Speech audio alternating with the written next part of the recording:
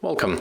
In front of me I have Nokia 260, and today I will show you how you can take photo on this phone. So at the first you have to go for the menu and then simply open the camera.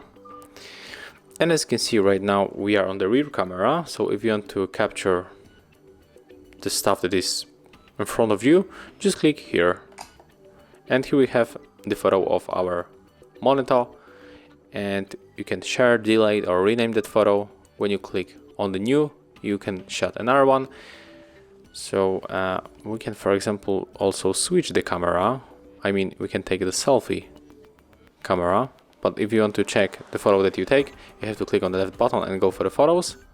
Click OK, go for the capture, and there is the photo that we take with our Nokia. And right now, if we want to take the selfie, so use the front camera, we have to click here to switch the camera.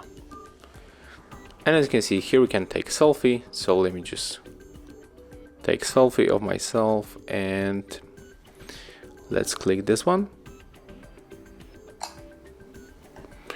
And there's the photo. So when you want to check it, check how it looks, just go simply with left button to the photos for the capture, and there it is, the photo that I take. And there's the rear camera photo. I'm going to delete both of them.